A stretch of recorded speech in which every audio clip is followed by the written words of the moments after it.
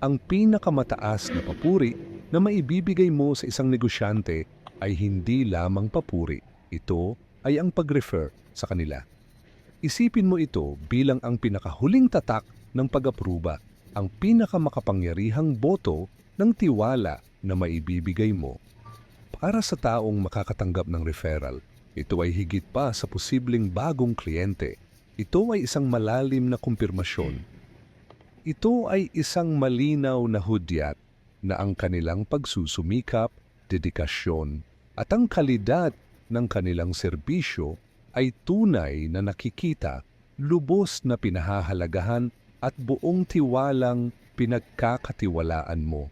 Kaya sa susunod na pagkakataong tunay kang naniniwala sa gawa ng isang tao, huwag lang itong itago sa sarili mo o magbigay ng mabilis na magaling.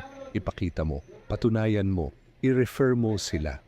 Ito ang pinakamabisa at pinakamakapangyarihang paraan upang ang iyong paghanga ay maging konkretong suporta at oportunidad.